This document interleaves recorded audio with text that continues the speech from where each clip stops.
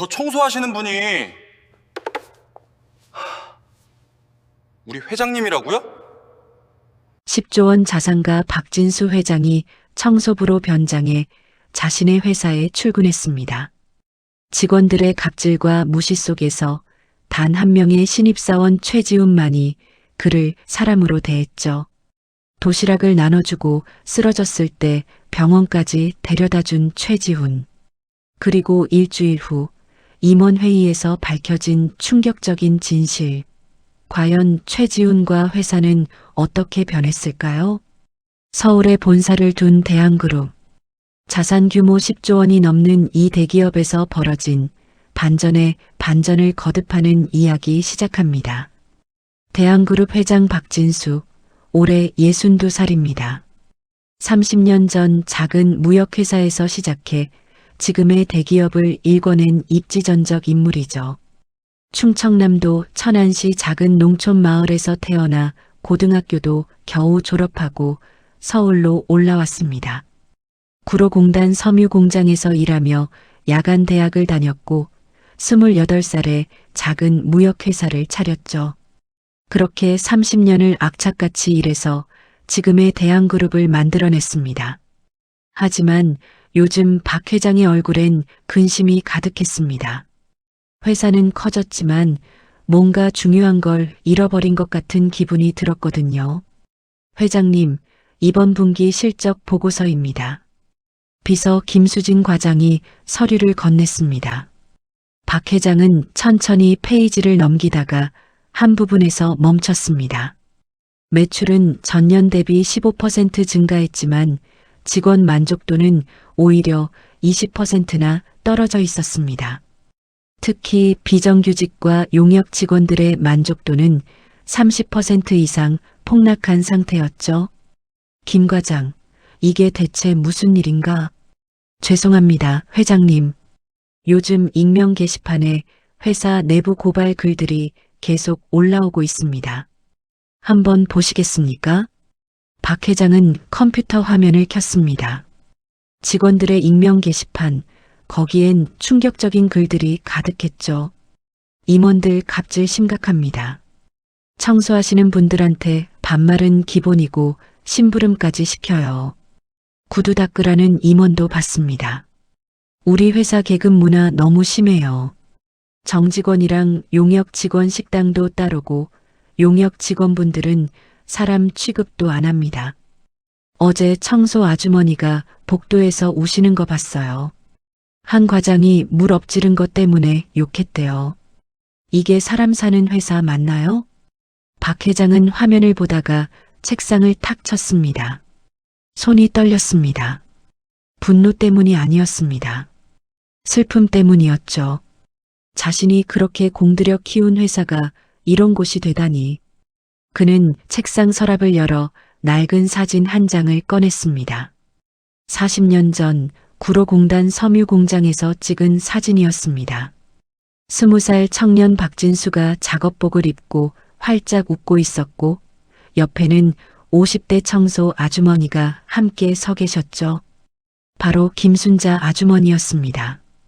김순자 아주머니는 당시 공장에서 청소를 하시던 분이었습니다.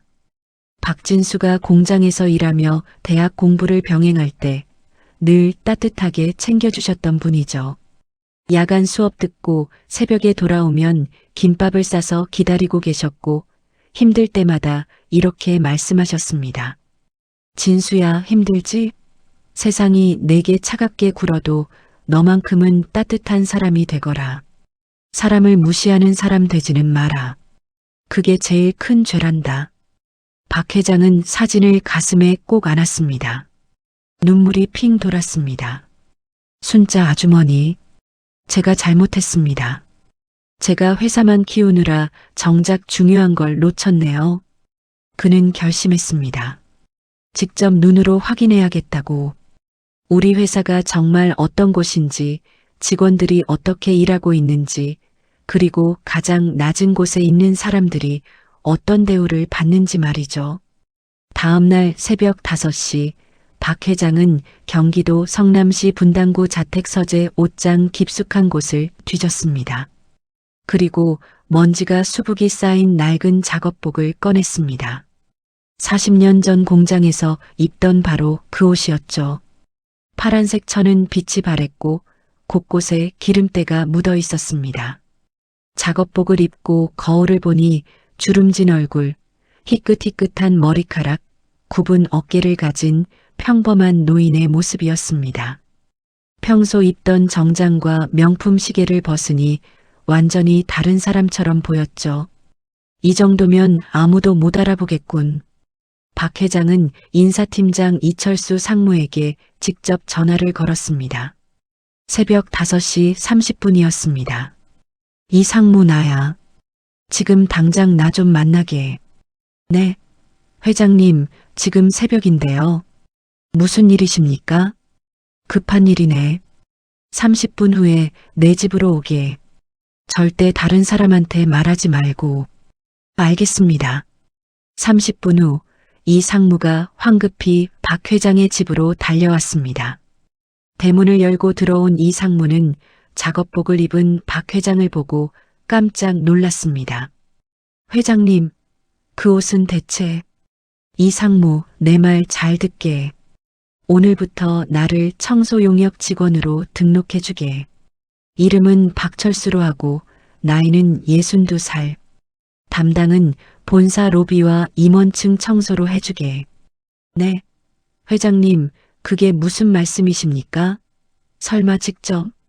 이 상무의 눈이 휘둥그레졌습니다. 우리 회사 내부를 직접 보고 싶네. 회장이 아닌 가장 낮은 자리에 있는 사람의 눈으로 말이야. 익명 게시판에 올라온 글들이 사실인지 확인하고 싶어. 특히 청소부들이 정말 어떤 대우를 받는지 말일세. 하지만 회장님, 위험하지 않습니까? 만약 누가 알아보면 아무도 못 알아볼 거야. 이 상무, 자네와 김수진 비서만 알고 있게. 절대 다른 누구에게도 말하면 안 돼. 나도 정말 회사가 어떻게 돌아가는지 알고 싶네. 박 회장의 눈빛이 단호했습니다.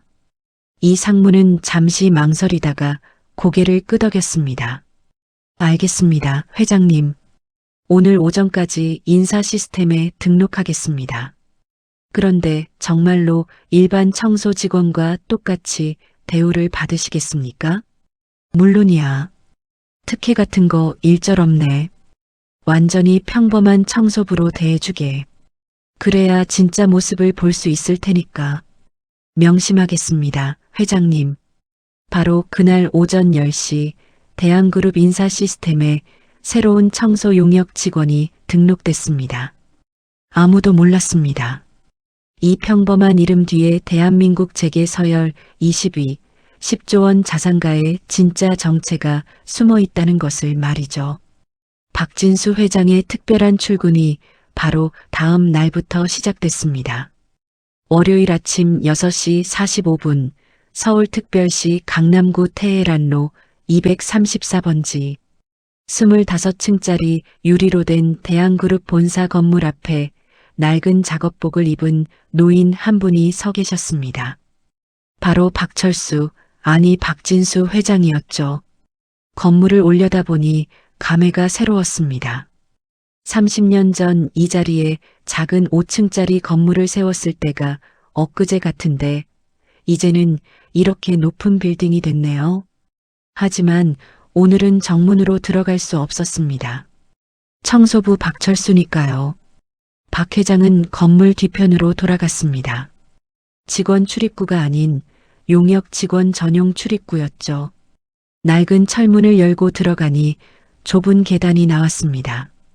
페인트가 벗겨진 벽, 깜빡거리는 형광등. 정직원들이 사용하는 깨끗한 로비와는 천지 차이였습니다. 이게 우리 회사였나? 박 회장은 한숨을 삼키며 계단을 내려갔습니다. 지하 1층 탈의실에는 이미 5명의 청소 직원들이 옷을 갈아입고 있었습니다. 새로 오신 분인가 봐요. 50대 중반쯤 돼 보이는 여성분이 말을 걸었습니다. 얼굴에 주름이 깊었고 손은 거칠어 보였습니다. 네, 오늘부터 일하게 된 박철수라고 합니다. 잘 부탁드립니다. 박 회장은 허리를 깊이 숙여 인사했습니다. 아이고, 나이도 지긋하신 분이 존댓말까지 하시네요. 편하게 말씀하세요. 저는 김말자예요. 여기서 7년째 일하고 있어요. 아닙니다. 제가 배울 게 많을 것 같은데요. 김 선생님이라고 불러도 될까요? 김말자 씨는 빙그레 웃었습니다. 호호, 참 예의 바르시네요. 좋아요. 그럼 우리 같이 일해봐요. 7시 30분에 조회 있으니까 준비하세요. 저 사물함이 박 씨 거예요. 박 회장은 입원호 사물함을 열었습니다. 낡고 좁았습니다. 파란색 청소복과 고무장갑, 그리고 이름표가 놓여 있었죠. 박철수라고 적힌 플라스틱 이름표를 가슴에 달고 거울을 보니 정말로 평범한 청소부 할아버지였습니다. 7시 20분 청소 직원들이 모두 1층 로비 한쪽 구석으로 모였습니다. 용역업체 관리자 최현석 팀장이 나타났습니다. 40대 초반 배가 불룩 나온 남자였죠. 자, 다들 모였나? 오늘 임원회의 있으니까 3층 회의실 특별히 더 깨끗하게 해. 유리창에 지문 하나라도 남으면 너희들 혼난다. 알았지? 네. 청소 직원들이 일제히 대답했습니다. 그리고 오늘 신입 왔지? 박철수 씨? 네, 여기 있습니다.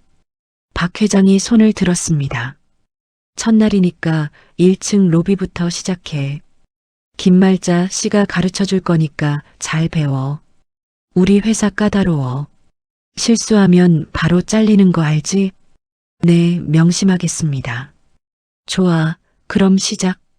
조회가 끝나고 본격적인 청소가 시작됐습니다. 김말자 씨가 박 회장에게 걸레와 청소 도구를 건넸습니다. 박 씨, 일단 로비 대리석 바닥부터 닦을게요. 이 걸레로 먼지 닦고 그 다음에 이 왁스 걸레로 광택 내면 돼요. 무릎 보호대 이거 차세요. 안 그러면 무릎 나가요. 고맙습니다. 박 회장은 걸레를 들었습니다. 40년 만에 다시 잡아보는 걸레였지만 손은 기억하고 있었습니다. 20살 때 공장에서 청소했던 그 감촉이 되살아났죠. 무릎을 꿇고 바닥을 닦기 시작했습니다. 대리석 바닥은 넓고 차가웠습니다. 10분도 안 돼서 무릎이 아프기 시작했습니다. 이게 매일 하는 일이구나. 박 회장은 이를 악물고 계속 닦았습니다. 오전 8시 출근 시간이 되자 직원들이 하나둘 들어오기 시작했습니다. 유리 회전문이 돌아가고 구두 소리가 로비에 울려 퍼졌죠. 그리고 박 회장이 상상했던 것보다 훨씬 더 충격적인 광경이 펼쳐지기 시작했습니다. 비켜봐요. 급한데. 26살쯤 돼 보이는 여자 직원이 박 회장이 물걸레질하는 곳으로 성큼성큼 걸어왔습니다. 박 회장이 미처 피하기도 전에 그녀의 하이힐이 방금 닦은 바닥을 밟았고 그 충격에 박 회장이 들고 있던 물통이 넘어져 물이 쏟아졌습니다. 박 회장이 황급히 걸레를 들었습니다. 그런데 그 여직원은 뒤도 돌아보지 않고 엘리베이터에 올라탔습니다. 사과는커녕 한마디도 없었죠. 괜찮으세요, 박 씨? 김말자 씨가 달려왔습니다. 네, 괜찮습니다. 원래 저래요. 아침엔 다들 바쁘다고 우리 같은 사람들은 안 보이나 봐요. 7년 일하면서 수도 없이 당했어요. 박 회장은 아무 말 없이 바닥을 다시 닦았습니다. 하지만 가슴속에선 뭔가가 끓어오르고 있었습니다. 8시 30분, 더 황당한 일이 벌어졌습니다. 야, 청소 아저씨. 여기 커피 엎질렀으니까 빨리 좀 닦아줘. 3층 복도에서 30대 초반 남자 직원이 소리쳤습니다. 박 회장이 청소 도구를 들고 계단을 올라가자 그 직원은 팔짱을 끼고 서서 짜증스럽게 말했습니다. 아니, 뭐 하는 거예요? 빨리 안 닦고. 나 회의 들어가야 한다고요. 죄송합니다. 지금 바로 닫겠습니다. 박 회장이 무릎을 꿇고 바닥을 닦는데 그 직원은 휴대전화로 통화를 하면서 박 회장의 등을 발로 툭툭 쳤습니다. 좀 빨리 좀 해줘요, 아저씨. 내가 얼마나 바쁜데. 아휴, 진짜. 박 회장은 주먹을 꽉 쥐었습니다. 손톱이 손바닥을 파고들었지만 참았습니다. 40년 동안 회사를 경영하며 직원들을 가족처럼 대했다고 생각했는데 정작 가장 낮은 자리에 있는 사람들은 이런 대우를 받고 있었던 겁니다. 9시 박 회장은 3층 임원 복도를 청소하고 있었습니다. 엘리베이터 문이 열리고 영업본부 김태훈 상무가 나타났습니다. 박 회장이 직접 발탁해서 사원에서 임원까지 키운 사람이었죠. 15년 전 박 회장이 그에게 말했습니다. 김대리, 자네는 인간미가 있어. 그게 자네의 가장 큰 장점이야. 그런 김상무였습니다. 박 회장은 반갑게 인사했습니다. 안녕하십니까? 하지만 김상무는 박 회장을 거들떠보지도 않고 지나갔습니다. 마치 사람이 아닌 사물을 스쳐 지나가듯이 말이죠. 박 회장의 가슴이 철렁 내려앉았습니다. 그런데 3초 후 김상무가 뒤돌아서더니 거만한 목소리로 말했습니다. 야, 청소 아저씨. 네, 내 구두 좀 봐. 먼지 묻었잖아. 얼른 닦아줘. 박 회장은 믿을 수가 없었습니다. 자신이 그렇게 아끼고 키운 임원이 인간미가 있다고 칭찬했던 그 사람이 이런 모습이라니. 죄송하지만 청소 담당이지 구두 담당은 아닙니다만. 뭐, 네가 감히 말대꾸야? 김상무의 얼굴이 일그러졌습니다. 용역업체에 전화해서 잘라버릴까? 일자리 구하기 힘든 거 모르나? 60이 넘은 양반이 취직할 때가 어디 있다고 이렇게 건방져? 박 회장은 온몸이 떨렸습니다. 분노가 아니었습니다. 슬픔이었습니다. 자신이 만든 회사가, 자신이 키운 사람들이 이런 모습이라니. 주먹을 꽉 쥐었습니다.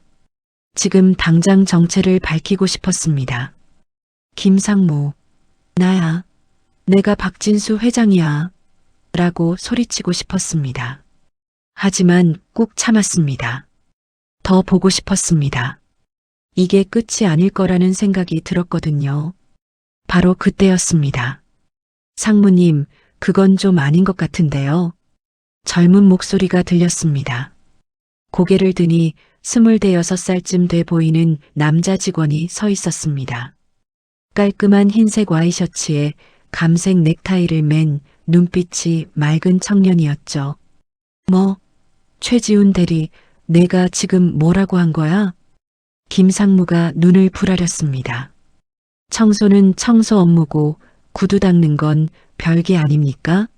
아저씨도 사람인데 그렇게 대하시면 안 되죠. 이런 건방진 놈이. 김상무의 목소리가 복도에 울렸습니다. 너 팀장한테 보고할 거야. 각오해. 신입이 주제도 모르고. 주변에 있던 직원들이 모두 고개를 돌렸습니다. 다들 눈치만 보고 있었죠. 아무도 최지훈 편을 들어주지 않았습니다. 김상무는 화를 내며 자기 사무실로 들어가 문을 쾅 닫았습니다. 최지훈이라는 청년이 박 회장에게 다가왔습니다. 아저씨, 괜찮으세요? 많이 놀라셨죠? 고맙네, 젊은이. 자네 덕분에. 아니에요. 당연한 일한 건데요. 저런 분들 신경 쓰지 마세요. 아저씨도 힘내시고요. 저 최지훈이라고 합니다. 영업팀 대리예요. 최지훈은 밝게 웃으며 명함을 건넸습니다. 박 회장은 그 명함을 받아 주머니에 조심스럽게 넣었습니다. 최지훈, 고마워요, 정말. 천만에요. 그럼 저는 회의 들어가 봐야 해서요. 오늘도 힘내세요. 최지훈은 가벼운 발걸음으로 회의실로 들어갔습니다. 박 회장은 그 뒷모습을 오래 바라봤습니다. 어둠 속에서 작은 빛을 발견한 기분이었습니다. 저런 직원이 아직 있구나. 저 친구는 꼭 기억해둬야겠어. 박 회장은 다시 걸레를 들었습니다. 하지만 마음속으로는 이미 많은 것들이 변하기 시작하고 있었습니다. 정오가 되자 직원들이 335 구내식당으로 향했습니다. 로비에선 웃음소리와 대화소리가 들렸죠. 오늘 점심 뭐예요? 삼겹살 덮밥이래. 행복한 소리들이었습니다. 박 회장도 청소 도구를 정리하고 식당으로 갔습니다. 하지만 정직원 식당이 아니었습니다. 지하 2층에 있는 용역 직원 식당이었죠. 정직원들은 엘리베이터를 타고 2층 구내식당으로 갔지만 용역 직원들은 계단을 내려가야 했습니다. 내려가는 계단은 좁고 어두웠습니다. 페인트가 군데군데 벗겨져 있었고 조명도 어두웠죠. 조심하세요, 박 씨. 여기 계단 가파라요. 김말자 씨가 앞장서서 내려갔습니다. 지하 2층 문을 여니 약 30평 남짓한 공간이 나타났습니다. 낡은 테이블 6개가 놓여 있었고 벽엔 페인트가 벗겨져 있었습니다. 천장엔 형광등 3개가 깜빡거리고 있었죠. 정직원 식당의 밝고 깨끗한 환경과는 비교도 안 됐습니다. 여기가 우리 식당이에요? 박 회장이 놀라서 물었습니다. 네, 7년째 여기서 먹고 있어요. 처음엔 놀라시죠? 김말자 씨가 쓸쓸하게 웃었습니다. 배식대에는 스테인리스 통 4개가 놓여 있었습니다. 박 회장은 식판을 들고 배식을 받았습니다. 밥, 김치, 된장찌개, 그리고 시금치나물 1가지. 그게 전부였습니다. 이게 점심이라니. 박 회장은 한숨을 삼켰습니다. 위층 정직원 식당에선 매일 메인 요리 3가지, 반찬 5가지, 후식, 커피까지 제공되는데 말이죠. 박 회장은 직원들을 위해 매년 구내식당에 억 단위 예산을 투입했습니다. 하지만 그 혜택은 정직원에게만 가고 있었던 겁니다. 테이블에 앉으니 옆에 60대 청소 아저씨가 앉아 계셨습니다. 새로 오셨어요? 저는 이만수라고 합니다. 여기서 10년째 일하고 있어요. 박철수입니다. 오늘 첫날이에요. 아, 그래요? 처음엔 다들 놀라요. 밥이 이것밖에 안 나와서. 원래 이래요. 우리는 비정규직이니까요. 이만수 씨가 쓸쓸하게 웃으며 말했습니다. 박 회장은 수저를 들었습니다. 된장찌개를 한 입 먹어보니 싱거웠습니다. 밥도 퍽퍽했죠? 반찬은 시금치나물 1가지뿐이었고 김치도 익지 않아 아삭아삭 소리만 났습니다. 이걸 먹으면서 오후에 또 일을 해야 한다고?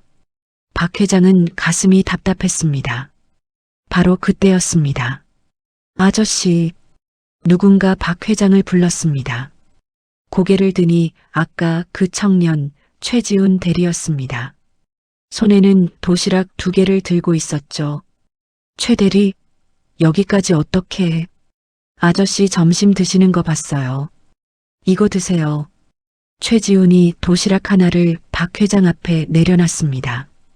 주변 용역 직원들이 모두 놀란 눈으로 쳐다봤습니다. 정직원이 용역 직원 식당까지 내려오는 건 거의 처음 보는 일이었거든요. 이게 뭔가 제 어머니가 싸주신 도시락이에요. 항상 2개를 싸주시거든요. 1개는 제가 먹고 1개는 어려운 분 나눠 먹으라고요. 도시락 뚜껑을 열자 정성스럽게 담긴 음식들이 보였습니다. 김치, 계란말이, 멸치볶음, 시금치나물, 콩자반, 그리고 깍두기. 밥 위엔 김이 모락모락 나고 있었고 참기름 냄새가 코를 자극했습니다. 어머니가 새벽 5시에 일어나서 만드신 거예요. 맛있게 드세요, 아저씨. 이런, 자네가 먹어야지. 젊은 친구가. 저는 회사 식당에서 먹어도 되는데 아저씨는 저런 식사만 하시잖아요. 제가 봤어요, 아까. 용역 직원분들 식사가 너무 형편없더라고요. 박 회장의 눈시울이 뜨거워졌습니다. 언제 마지막으로 이런 따뜻함을 느껴봤을까요? 최지우는 박 회장 옆에 앉았습니다. 같이 먹어요, 아저씨. 저도 도시락 가져왔으니까. 정말 고맙네. 자네 이름이 최지훈이라고 했지? 어느 대학 나왔나? 서울과학기술대학교 경영학과 나왔어요. 명문대는 아니지만 저한테는 최고의 학교였죠. 장학금 받아서 다녔거든요. 장학금? 네, 집이 어려워서요. 아버지가 제가 10살 때 교통사고로 돌아가셨어요. 어머니 혼자 저 키우시느라 정말 고생 많이 하셨죠. 최지우는 수줍게 웃었습니다. 어머니가 뭐 하시는데? 인천광역시 부평구에서 작은 식당 하세요. 아침 6시에 문 열어서 밤 10시에 닫으세요. 20년째 그렇게 일하고 계세요. 식당 일도 하시고 설거지도 하시고. 그래서 저는 어른들, 특히 일하시는 분들을 함부로 대할 수가 없어요. 박 회장은 최지훈을 빤히 쳐다봤습니다. 이 청년의 눈빛엔 진심이 담겨 있었습니다. 계산이나 위선이 아닌 진짜 따뜻한 마음이었죠. 자네 어머니가 자랑스러워 하시겠구먼. 그럴 수 있으면 좋겠어요. 저도 어머니한테 효도하고 싶어서 열심히 일하고 있어요. 자네, 정말 훌륭한 사람일세. 아니에요, 아저씨. 당연한 일하는 거예요. 최지훈이 주머니에서 작은 봉투를 꺼냈습니다. 이거 드려요. 이건 뭔가 핫팩이에요. 요즘 날씨 추운데 청소하시면서 손 시리시잖아요. 주머니에 넣고 다니세요. 아, 그리고 이것도요. 최지훈이 또 다른 봉투를 꺼냈습니다. 안엔 파스 2장이 들어 있었습니다. 무릎 많이 쓰시잖아요. 저희 어머니도 식당 일하시면서 무릎 많이 아프셨거든요. 이거 붙이시면 조금 나아요. 박 회장은 더 이상 참을 수 없었습니다. 목이 메어왔습니다. 62회를 살면서 수많은 사람들을 만났지만 이렇게 순수하고 따뜻한 마음을 가진 사람은 처음이었습니다. 지훈 씨, 정말 고맙네. 자네 같은 젊은이가 있어서 세상이 아직 살만한 거야. 과찬이세요, 아저씨. 저도 언젠가 나이 드시면 누군가 저한테 이렇게 해줬으면 좋겠어요. 그냥 사람 대 사람으로 서로 돕고 사는 거죠. 맞네. 사람 대 사람. 박 회장은 최지훈이 건넨 도시락을 한 입 먹었습니다. 따뜻했습니다. 음식의 온기가 아니라 사람의 온기였죠. 어머니의 정성, 아들의 효심, 그리고 낯선 노인을 향한 따뜻한 마음이 모두 담겨 있었습니다. 맛있네. 정말 맛있어. 다행이에요. 많이 드세요. 저는 올라가 봐야 해서요. 오후에 회의가 있거든요. 아저씨, 오후에도 힘내세요. 최지우는 밝게 인사하고 계단을 올라갔습니다. 박 회장은 한참 동안 그 뒷모습을 바라봤습니다. 김말자 씨가 옆에서 말했습니다. 저 친구 정말 천사 같죠? 저한테도 가끔 빵이랑 음료수 갖다 줘요. 생일에는 케이크도 사다 주고요. 요즘 젊은 친구들 중에 저런 애 드물어요. 정말 그래요. 이만수 아저씨도 고개를 끄덕였습니다. 저 친구는 아마 출세할 거예요. 저런 마음씨 가진 사람은 꼭 복을 받거든요. 박 회장은 마음속으로 다짐했습니다. 최지훈, 이 이름을 절대 잊지 않겠어. 이 친구는 꼭 보상받아야 해. 오후 1시 박 회장은 다시 청소를 시작했습니다. 하지만 아침과는 달리 마음이 조금은 따뜻했습니다. 최지훈이라는 빛을 발견했으니까요. 그런데 오후 3시 또 다른 충격적인 일이 벌어졌습니다. 박 회장은 이 회사의 진짜 어두운 면을 보게 될 참이었습니다. 오후 3시 박 회장은 3층 임원 복도를 청소하고 있었습니다.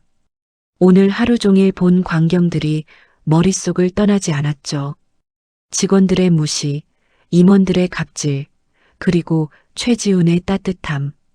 이 모든 게 한 회사 안에서 벌어지고 있다는 게 믿기지 않았습니다. 복도 끝에 있는 영업본부 김태훈 상무 사무실 앞을 지나가는데 안에서 목소리가 들렸습니다. 문이 살짝 열려 있었죠. 김 상무님, 이번 달 매출 허위 보고 건은 어떻게 하실 겁니까? 젊은 남자 목소리였습니다. 박 회장은 걸음을 멈췄습니다. 매출 허위 보고? 그게 무슨 소리일까요? 쉿, 조용히 해. 회장님한테 들키면 큰일 나. 김상무의 목소리였습니다. 하지만 이건 명백한 횡령 아닙니까? 거래처 이중계약서 만들어서 차액을 빼돌리는 건. 그러니까 조용히 하라고. 우리만 알면 돼. 어차피 회장님은 숫자만 보시지 세부 내역까지는 안 보셔.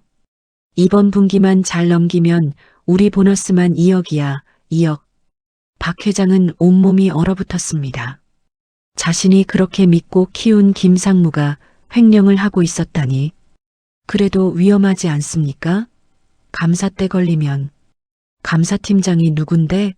내 대학 선배야. 이미 얘기 다 돼 있어. 걱정 마. 박 회장은 주먹을 불끈 쥐었습니다. 감사팀장까지 연루돼 있다는 말입니까? 알겠습니다. 그럼 이번 주 금요일까지 서류 정리하겠습니다. 그래, 수고해. 이번 일 잘 마무리하면 너도 과장 진급시켜줄게. 감사합니다, 상무님. 박 회장은 황급히 화장실로 피했습니다. 심장이 터질 것 같았습니다. 분노와 배신감이 동시에 밀려왔죠. 화장실 거울을 보니 빨갛게 상기된 얼굴이 보였습니다. 진정해. 진정하라고, 박진수. 박 회장은 찬물로 얼굴을 씻었습니다.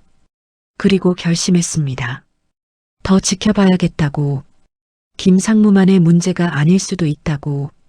오후 4시 박 회장은 2층으로 내려와 재무팀 복도를 청소하고 있었습니다. 복도 한쪽에 있는 프린터실에서 누군가 큰 소리로 통화하고 있었죠. 야, 이번에 회장님 몰래 광고비 부풀려서 우리끼리 나눠 가지자. 어차피 광고 대행사랑 짜고 하는 거니까 들킬 일 없어. 30대 중반 남자 직원이었습니다. 마케팅팀 박 차장이었죠. 그래, 5천만 원 정도는 빼돌릴 수 있을 거야. 3대 7로 나누면 되지? 박 회장은 충격을 받았습니다. 이것저것 합치면 도대체 얼마나 빼돌리고 있는 걸까요? 오후 5시 퇴근 시간이 가까워지자 직원들이 하나둘 자리를 정리하기 시작했습니다. 그런데 이상한 광경이 펼쳐졌죠. 정직원들은 오후 5시 30분만 되면 우르르 퇴근했습니다. 하지만 청소 직원들은 달랐습니다. 박 씨, 우리는 6시 30분까지 일해야 해요. 직원들 다 퇴근하고 나면 사무실 청소해야 하거든요. 김말자 씨가 말했습니다. 그럼 근무 시간이 11시간 30분이네요? 맞아요. 아침 7시부터 저녁 6시 30분까지. 그런데 급여는 8시간치밖에 안 나와요. 초과 근무 수당 같은 거 없어요. 그게 말이 되나요? 비정규직이니까요. 우리는 권리가 없어요. 이만수 아저씨가 쓸쓸하게 웃었습니다. 박 회장은 가슴이 터질 것 같았습니다. 자신이 만든 회사가 이렇게까지 썩어 있었다니. 저녁 6시 임원들이 모두 퇴근한 후 박 회장은 3층 회의실을 청소하러 갔습니다. 테이블 위에 서류 몇 장이 놓여 있었죠. 원래는 건드리면 안 되지만 박 회장은 조심스럽게 들여다봤습니다. 영업본부 분기 실적 보고서 내부용. 표지를 넘기자 충격적인 내용이 적혀 있었습니다. 실제 매출과 보고된 매출이 달랐습니다. 무려 30억 원의 차이가 났죠. 그리고 각 주에 작은 글씨로 이렇게 적혀 있었습니다. 차액은 별도 관리 계좌로 이체. 관련자 김태훈 상무, 이준호 과장, 박성민 대리. 박 회장은 휴대전화를 꺼내 서류를 사진으로 찍었습니다. 증거를 확보해야 했으니까요. 바로 그때였습니다. 청소 아저씨, 거기서 뭐 하세요? 뒤에서 목소리가 들렸습니다. 돌아보니 김 상무의 비서 이 대리였습니다. 아, 청소하려고요. 서류는 왜 만져요? 함부로 건드리면 안 된다고 했잖아요. 이 대리가 달려와 서류를 낚아챘습니다. 죄송합니다. 정리하려다가. 됐어요. 나가세요. 여기 이제 청소 안 해도 돼요. 박 회장은 황급히 회의실을 나왔습니다. 심장이 쿵쾅거렸습니다. 하지만 이미 사진은 찍어뒀죠. 저녁 6시 30분, 드디어 하루 일과가 끝났습니다. 박 회장은 지하 탈의실에서 옷을 갈아입었습니다. 온몸이 쑤시고 아팠습니다. 무릎은 퉁퉁 부어 있었고 허리는 펴지지 않았죠. 박 씨, 첫날 고생하셨어요. 내일 또 봐요. 김말자 씨가 밝게 인사했습니다. 네, 수고하셨습니다. 박 회장은 건물 뒷문으로 나왔습니다. 밤하늘을 올려다봤습니다. 별이 보이지 않았습니다. 서울 하늘은 너무 밝았으니까요. 운전기사 정 기사가 주차장에서 기다리고 있었습니다. 하지만 박 회장은 그냥 버스 정류장으로 걸어갔습니다. 청소부 박철수는 운전기사가 없으니까요. 버스를 타고 집으로 가는 동안 박 회장은 오늘 하루를 되돌아봤습니다. 직원들의 무시, 임원들의 갑질, 비정규직 차별, 그리고 횡령. 이 모든 게 자신이 30년 동안 공들여 키운 회사에서 벌어지고 있었습니다. 하지만 어둠 속에도 빛은 있었습니다. 최지훈이라는 청년. 그는 달랐습니다. 진심으로 사람을 대했고 낮은 곳에 있는 사람들을 존중했죠. 저 친구만큼은 꼭 지켜줘야 해. 박 회장은 마음속으로 다짐했습니다. 집에 도착한 건 밤 8시였습니다. 평소 같으면 오후 5시에 퇴근해서 6시면 집에 도착했을 텐데 말이죠. 현관문을 열고 들어가니 아내 최영희 여사가 깜짝 놀라며 달려왔습니다. 여보, 괜찮으세요? 많이 힘드셨죠? 괜찮소. 이 정도는. 하지만 소파에 앉자마자 박 회장은 그만 신음을 흘렸습니다. 여보, 무릎이 이렇게 부었어요. 병원 가야겠어요. 아니요, 괜찮소. 파스만 붙이면 돼요. 최 여사는 눈물을 글썽이며 파스를 가져왔습니다. 당신, 이제 그만하세요. 이미 충분히 보셨잖아요. 아니요. 아직 더 봐야 해요. 우리 회사가 얼마나 썩었는지, 그리고 어떤 직원들이 진짜 인재인지 확인해야 해요. 박 회장은 주머니에서 최지훈의 명함을 꺼냈습니다. 최지훈. 이 친구는 꼭 기억해야 해요. 누구예요? 빛이에요. 어둠 속의 빛. 박 회장은 최지훈의 명함을 책상 서랍에 소중히 넣었습니다. 그리고 오늘 찍어둔 횡령 서류 사진들을 컴퓨터에 백업했죠. 이제 시작이에요. 내일부터 본격적으로 조사할 겁니다. 박 회장의 눈빛이 결연했습니다. 더 이상 모르는 척 넘어갈 수 없었습니다. 자신이 만든 회사를 자신이 직접 바로 잡아야 했으니까요. 화요일 아침 박 회장은 어제보다 30분 일찍 출근했습니다. 몸은 여전히 쑤시고 아팠지만 마음만큼은 단단했죠. 오늘은 더 많은 것을 확인해야 했으니까요. 오전 9시 박 회장은 2층 인사팀 복도를 청소하고 있었습니다. 인사팀 회의실에서 목소리가 들렸죠. 이번에 신입사원 채용하는데 우리 팀장님 조카 좀 넣어줘야 해. 그런데 그 친구 스펙이 좀 그런데요? 서류 심사 통과가 어려울 것 같은데. 아이고, 그러니까 우리가 조작하는 거지. 점수 좀 올려주면 되잖아. 어차피 아무도 모르는데 뭐. 알겠습니다. 그런데 작년에 떨어진 최지훈 대리 후배는 어떡하죠? 스펙이 정말 좋던데. 박 회장은 귀를 쫑긋 세웠습니다. 최지훈의 이름이 나왔거든요. 최지훈? 그 친구 후배가 지원했어? 뭐 상관없어. 우리랑 연줄 없으면 떨어뜨려. 요즘 채용이 다 그런 거야. 박 회장은 온몸에 소름이 돋았습니다. 채용 비리까지 있었다니. 그렇다면 지금 회사에 있는 직원들 중 몇 명이나 제대로 된 실력으로 들어온 걸까요? 오전 10시 박 회장은 휴게실에서 잠시 쉬고 있었습니다. 그런데 복도에서 익숙한 목소리가 들렸죠. 최지훈 대리, 이리 와봐. 김태훈 상무의 목소리였습니다. 박 회장은 조심스럽게 복도로 나가 구석에 숨어서 지켜봤습니다.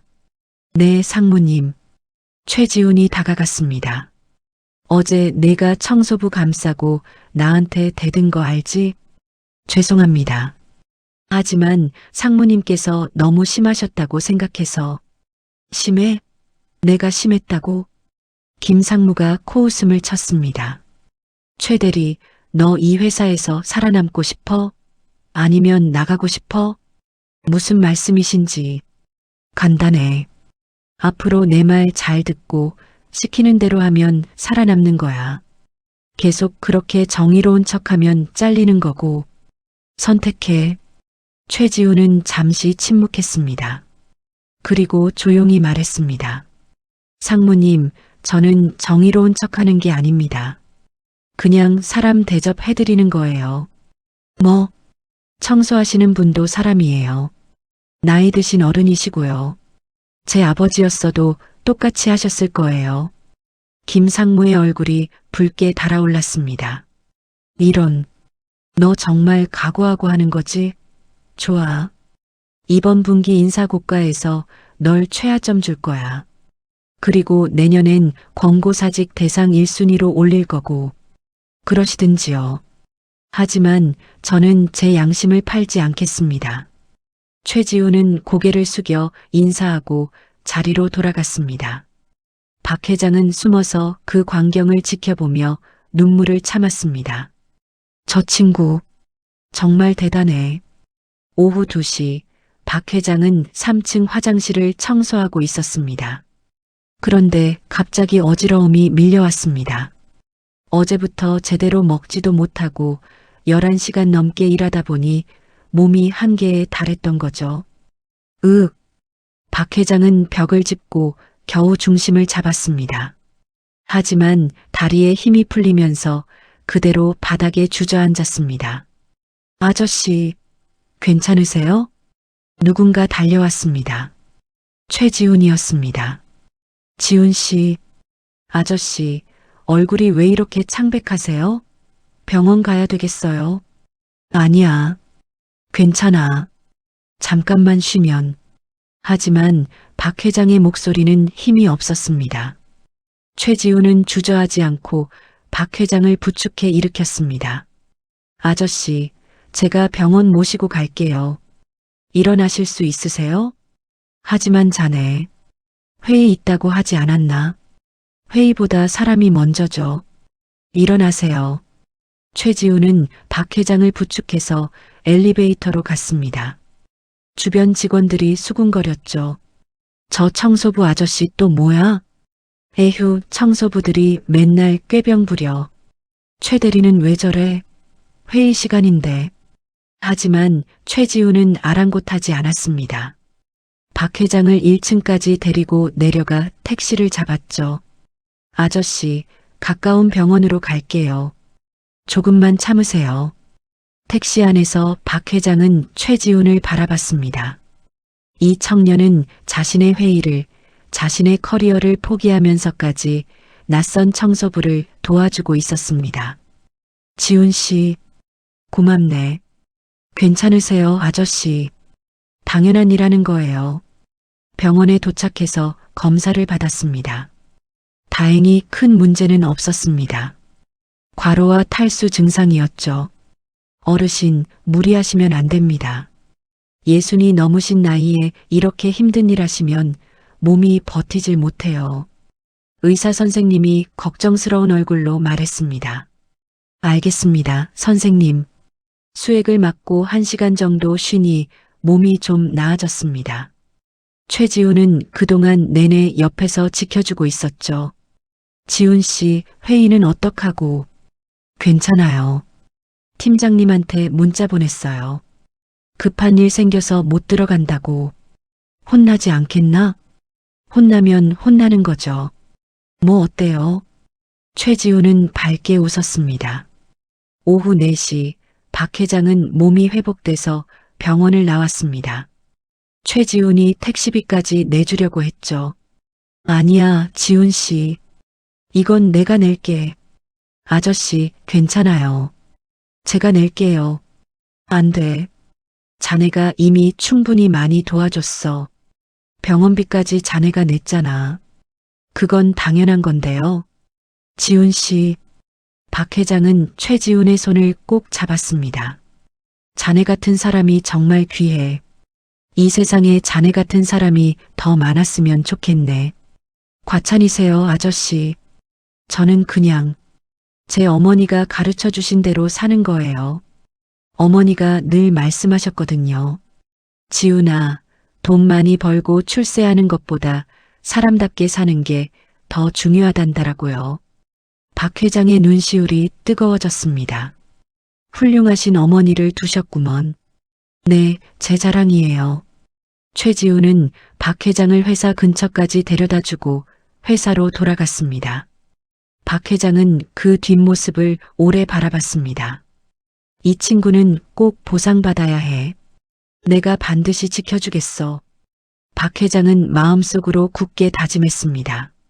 저녁 6시 박 회장이 회사로 돌아왔을 때 용역업체 최 팀장이 기다리고 있었습니다. 박철수 씨, 어디 갔다 와요? 무단 이탈이에요, 이거. 죄송합니다. 몸이 아파서 병원에. 병원? 그럼 미리 말을 해야지. 이거 경고 한 번이에요. 한 번 더 이러면 잘립니다. 알겠습니다. 박 회장은 고개를 숙였습니다.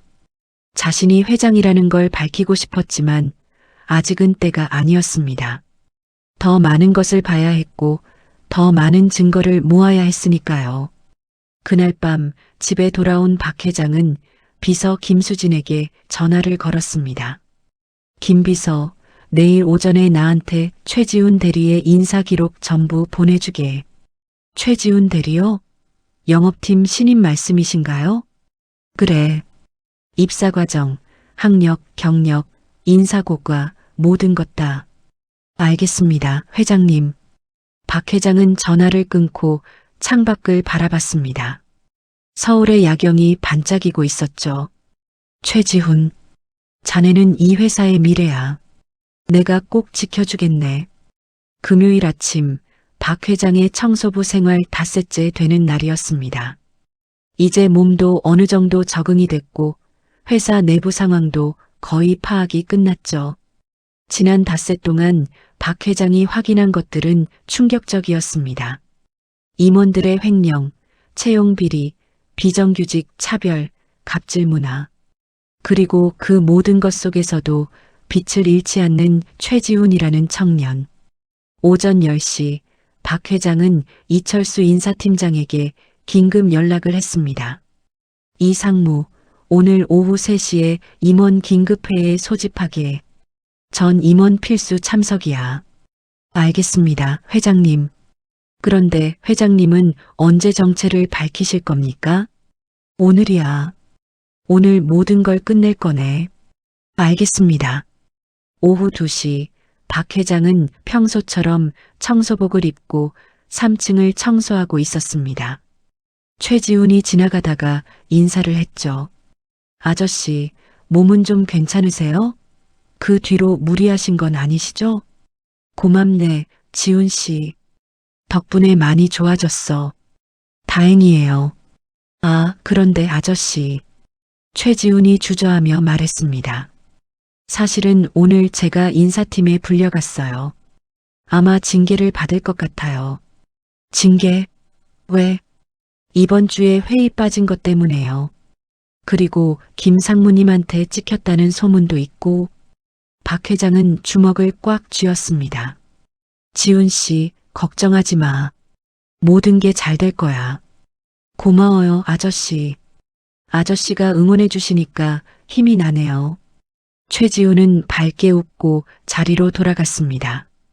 오후 3시 3층 대회의실. 전 임원 15명이 모였습니다. 김태훈 상무도, 감사팀장도, 인사팀장도 모두 자리에 앉았죠. 오늘 갑자기 회의를 소집한 이유가 뭡니까? 김 상무가 불만스러운 얼굴로 물었습니다. 회장님께서 직접 오신답니다. 이철수 인사팀장이 대답했습니다. 회장님이 요즘 통 얼굴도 안 비추시더니 무슨 일이시려나? 바로 그때 회의실 문이 열렸습니다. 그런데 들어온 사람은 박진수 회장이 아니었습니다. 파란색 청소복을 입은 노인 박철수였죠. 청소 아저씨가 왜 여기 들어와? 야, 나가. 여기 임원회의 하는 곳이야. 김상무가 소리쳤습니다. 박 회장은 천천히 회의실 안으로 걸어 들어왔습니다. 그리고 상석, 회장 자리에 앉았죠. 뭐 하는 거야, 이 양반이. 미쳤어? 임원들이 웅성거렸습니다. 박 회장은 천천히 청소복 윗도리를 벗었습니다. 안에는 깔끔한 와이셔츠가 입혀져 있었죠. 그리고 책상 서랍에서 명품 시계를 꺼내 차고 정장 재킷을 걸쳤습니다.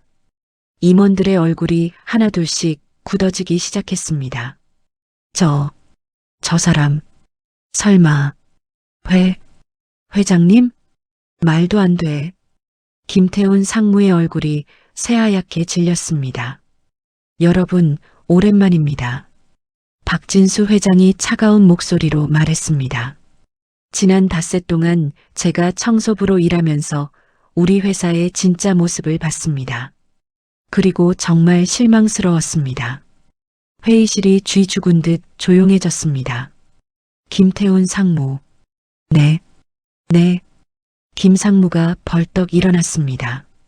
자네 이번 분기 영업 실적 보고서 30억 원 차액은 어디로 간 건가?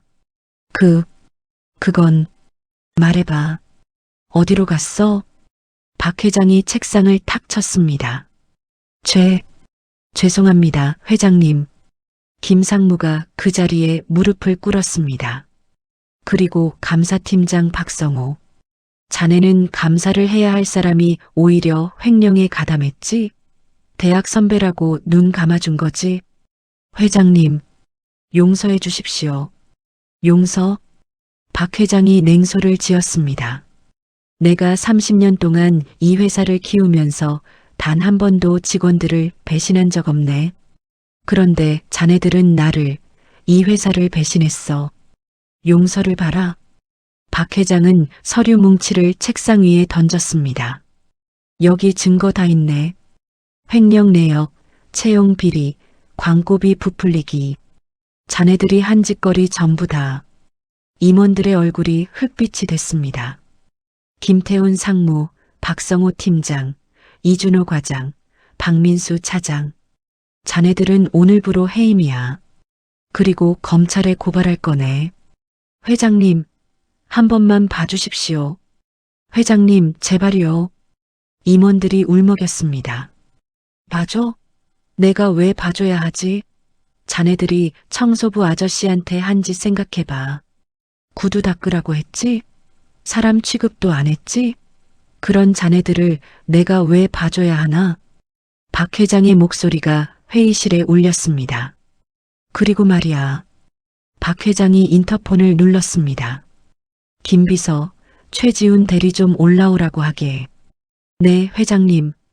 잠시 후 최지훈이 회의실 문을 열고 들어왔습니다.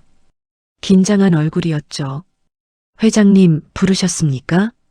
그래, 지훈 대리. 이리 와서 앉게. 네. 최지훈은 영문을 모른 채 회의실로 들어왔습니다. 그리고 청소복을 벗은 박철수 아저씨를 보고 깜짝 놀랐죠. 아저씨? 아니, 회장님. 그래, 지훈 대리. 나 박진수야. 청소부 박철수는 가명이었지. 최지훈은 말을 잇지 못했습니다. 지난 닷새 동안 자네가 나한테 어떻게 대했는지 다 봤네. 도시락도 나눠주고 병원도 데려다주고 내가 청소부라는 이유로 무시당할 때 유일하게 편을 들어줬지. 저는 그냥 당연한 일 했다고. 하지만 그게 당연한 일이 아니었어. 지훈 대리. 이 회사에서 자네만 그렇게 했거든. 박 회장은 최지훈의 어깨에 손을 올렸습니다. 최지훈 대리, 오늘부로 자네를 영업팀 과장으로 특별 승진시키겠네. 네, 과장이요? 그리고 앞으로 내 특별 보좌관으로 일하게. 자네 같은 인재가 이 회사에 필요해. 회장님. 최지훈의 눈에 눈물이 맺혔습니다. 감사합니다. 정말 감사합니다. 고마워할 필요 없네. 자네가 받아야 할 대우를 준 것뿐이야. 박 회장은 다시 임원들을 돌아봤습니다. 여러분, 오늘부터 이 회사는 바뀔 겁니다. 정직원이든 비정규직이든 임원이든 청소부든 모든 사람을 존중하는 회사로 만들 겁니다. 그게 내가 30년 전 이 회사를 만들 때의 초심이었으니까.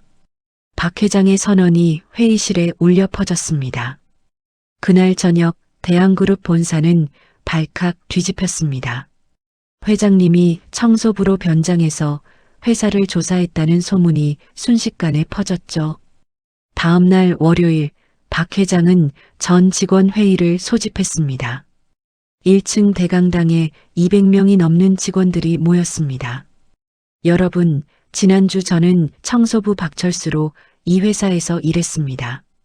직원들이 웅성거렸습니다. 그리고 제가 본 것은 충격적이었습니다. 우리 회사는 겉으로는 화려했지만 안은 썩어 있었습니다. 비정규직, 차별, 갑질 문화, 횡령. 이 모든 게 제 눈앞에서 벌어지고 있었습니다. 직원들이 고개를 숙였습니다. 하지만 어둠 속에도 빛이 있었습니다.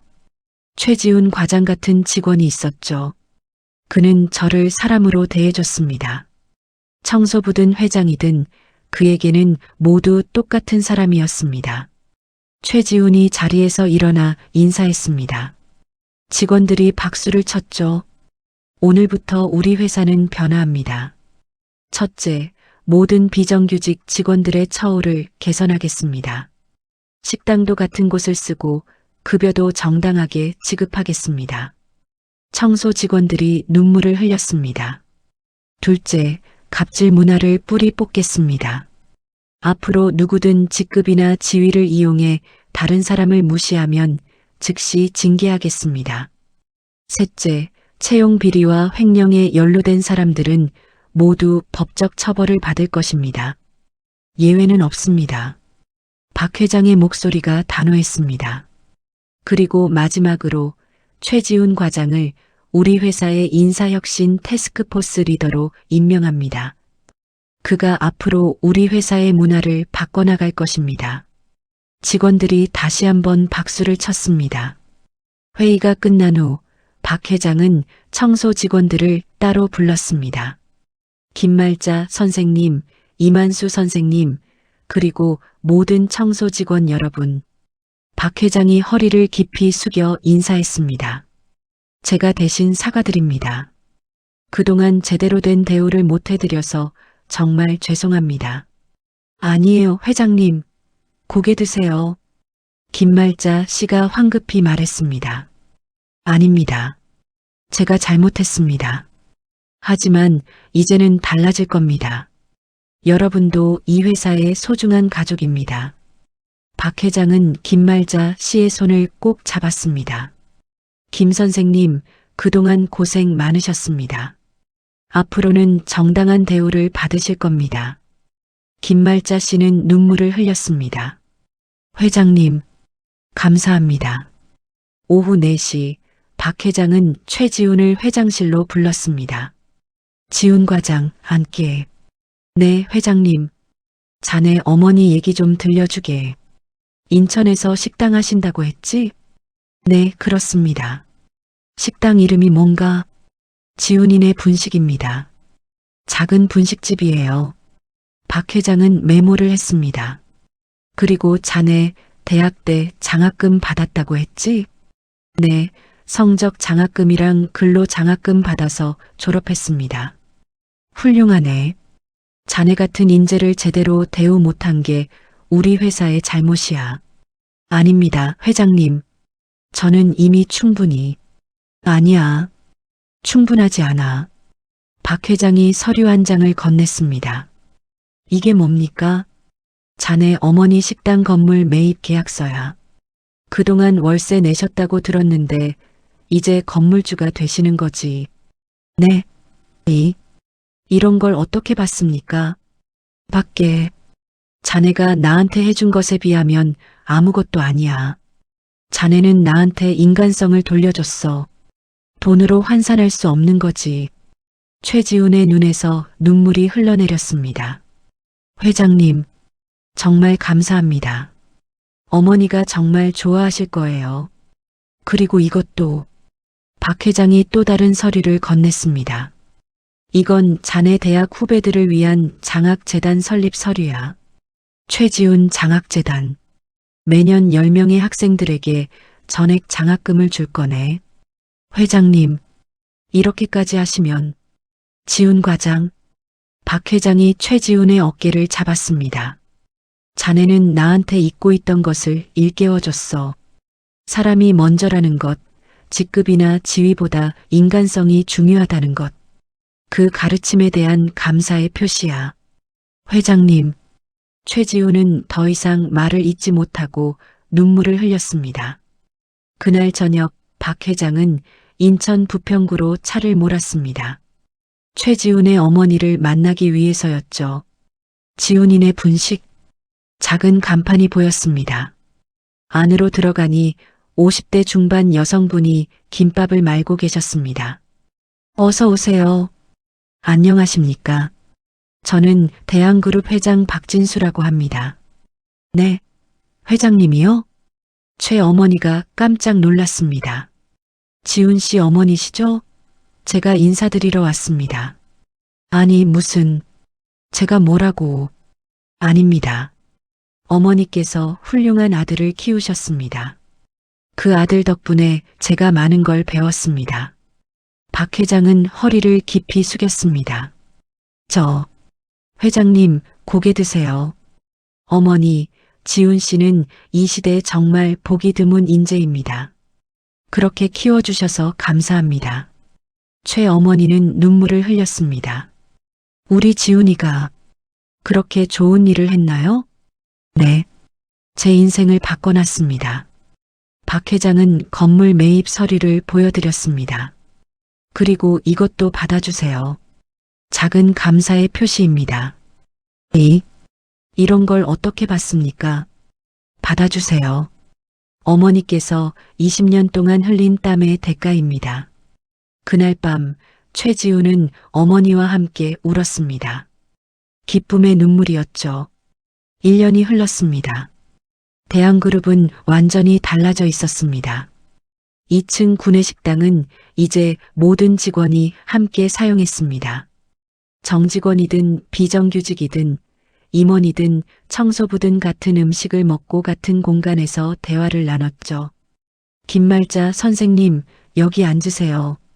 젊은 직원들이 청소 직원들에게 자리를 양보했습니다.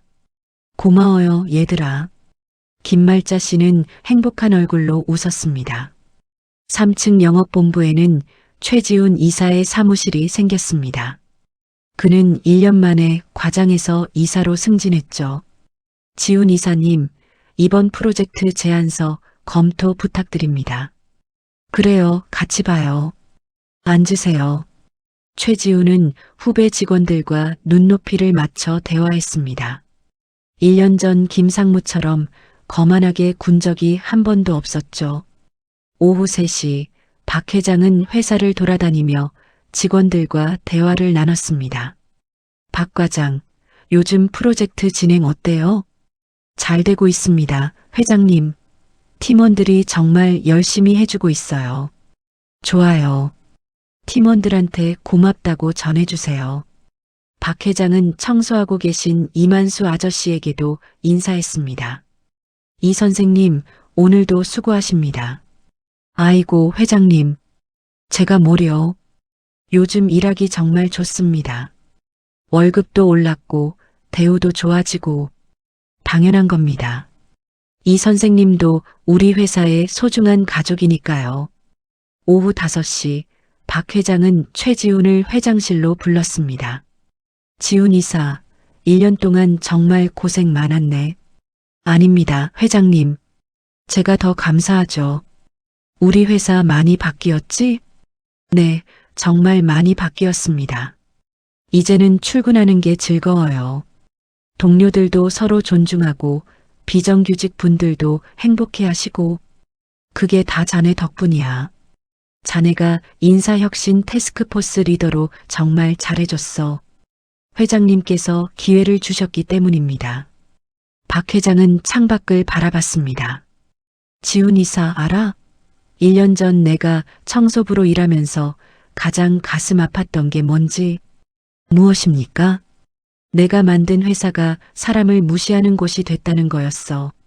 나는 사람을 위해 회사를 만들었는데 어느새 회사가 사람을 짓밟고 있었지. 하지만 이제는 달라졌습니다. 그래, 달라졌어. 그리고 그건 자네 덕분이야. 박 회장이 서류 한 장을 꺼냈습니다. 이게 뭡니까? 다음 달부터 자네가 부사장이야. 네, 부사장이요? 그래. 이제 자네가 이 회사를 이끌어 가야 해. 나는 이제 나이도 들었고 자네 같은 젊은 인재에게 물려줘야 할 때가 됐어. 회장님, 지훈 부사장. 박 회장이 최지훈의 손을 잡았습니다. 앞으로도 잘 부탁하네.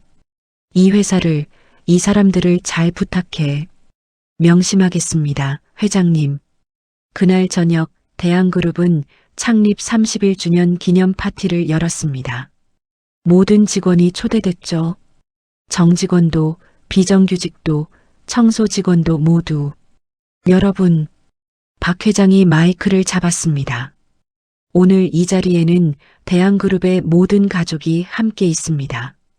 임원도 사원도 청소하시는 분들도 모두 우리 가족입니다. 박수가 터졌습니다. 1년 전 저는 청소부로 일하면서 깨달았습니다. 사람이 곧 회사라는 것을, 그리고 그 사람들을 어떻게 대하느냐가 회사의 미래를 결정한다는 것을. 앞으로도 우리 대한그룹은 사람을 가장 중요하게 생각하는 회사가 될 것입니다. 여러분 모두 감사합니다. 박수와 환호성이 울려 퍼졌습니다. 파티가 끝난 후 박 회장은 김말자 씨를 따로 불렀습니다. 김 선생님, 1년 전 제가 처음 이 회사에 왔을 때 친절하게 대해주셔서 감사했습니다. 아이고, 회장님. 제가 뭐려. 그리고 이거. 박 회장이 봉투를 건넸습니다. 이게 뭡니까? 김 선생님 손주 대학 등록금입니다. 졸업할 때까지 제가 되겠습니다. 회장님, 이런 걸 어떻게 받으세요? 김 선생님께서 저한테 보여주신 친절에 대한 보답입니다. 김말자 씨는 눈물을 흘렸습니다. 회장님, 정말 감사합니다. 그날 밤 박 회장은 집으로 돌아가는 차 안에서 1년 전을 떠올렸습니다. 청소부로 변장해서 회사의 어두운 면을 봤던 그 닷새. 고통스러웠지만 그 경험이 자신을, 그리고 회사를 바꿔놨습니다. 그리고 무엇보다 최지훈이라는 빛을 발견했죠. 사람이 곧 회사다. 박 회장은 창밖을 바라보며 미소 지었습니다. 1년 전 청소부 박철수로 겪었던 모든 것들이 결국 대한그룹을 더 나은 회사로 만들었습니다. 그리고 그 변화는 지금도 계속되고 있었습니다. 여러분, 오늘 이야기 어떠셨나요? 회장님이 청소부로 변장해서 회사의 진실을 마주하고 한 명의 따뜻한 청년을 발견한 이야기였습니다. 우리 모두 최지훈처럼 살 수는 없을까요? 직급이나 지위와 상관없이 사람을 사람으로 대하는 것. 그게 얼마나 소중한지 오늘 이야기가 알려주고 있습니다. 여러분도 오늘 하루 주변 사람들에게 따뜻한 말 한마디 건네보시는 건 어떨까요? 오늘도 만담보부상 시청해주셔서 감사합니다. 구독과 좋아요 잊지 말아주시고 다음에 더 좋은 이야기로 찾아뵙겠습니다.